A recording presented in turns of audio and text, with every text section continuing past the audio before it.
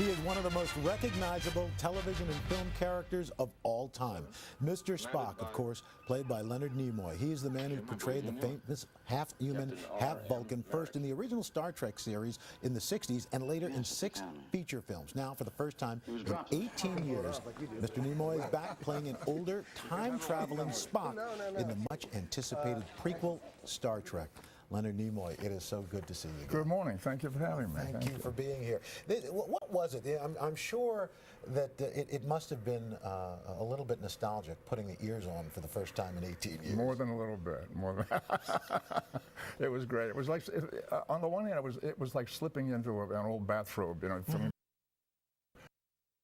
Working with all these very, very talented people and with the memories of the people that had gone before, it was a very emotional experience for me. When you look at this, I mean, the movie itself is not so much an homage as it is an updating in a way and a telling of what we didn't know about these characters before. Yeah. Were you surprised at how intelligent this was? Yeah, well, I'm not surprised because I read the script, obviously, and I had a good conversation with the writers who I admire a lot, and J.J. Abrams, the director, told me what they had in mind, so I could see it coming.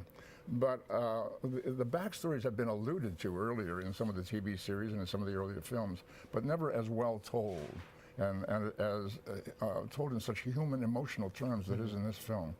And that's what I think makes the picture such an important and wonderful experience, because J.J. Abrams has made a very, very big film. It's got great special effects, great size, great scope and scale. But at the heart of it is this great human core.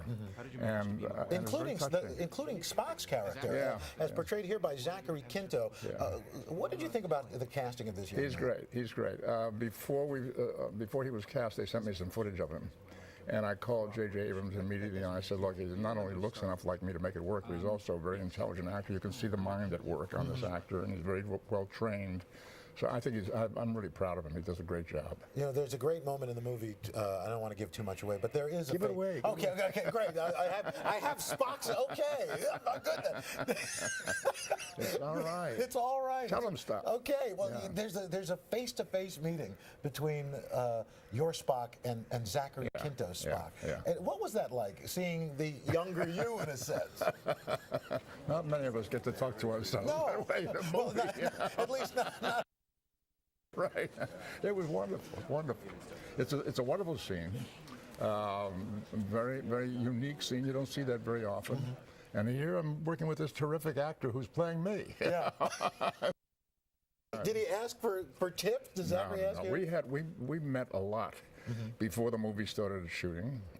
We spent time together talking about our work, how we go about building a character, what our training has been all about, the philosophy of Star Trek, and the history of Star Trek. But I never said to him, do this or don't do that. That wasn't necessary. He's a very well-trained actor and knows how to do the job. Now, I don't know if you know this, but our news anchor, Ann Curry, is just head over heels over you. I mean, just take a look at this, if you would. I had a crush on Spock. I had a crush on Spock. I had a crush on Spock once. Anyway. Well, ladies and gentlemen, let's bring them together. I mean, how can we keep unrequited love I'm so like sorry that you had to put up with me, but I have to say that I really meant, I didn't You're going to hug me? Oh! Yes! I'm going to kiss you. I have to say, a few people get to meet their childhood crushes, and I obviously am so lucky to be able to meet you. I'm very flattered, thank you. No, honest to gosh, you're acting so intelligent and so smart, and that kind of duality. You have great taste. Have I actually made you blush? I think I have. I'm so sorry. Thank you so I did much. kind of attack you, but no, honestly. Well, only half of him blushed because there's only it's that Vulcan. The Vulcan half blushed. Well, no, honestly, it was the intelligence in your work and the emotion, and yet, but also those. I don't know what you've done with them. Okay. I don't let many people. All right, you should hold me back now. I think we're coming close to where we're going to have restraining orders put in.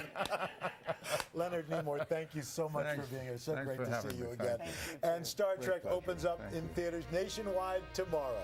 Still to come, why some moms love to judge other moms. But first, this is Today on NBC. I didn't know I was going to get to do this. NBC 10's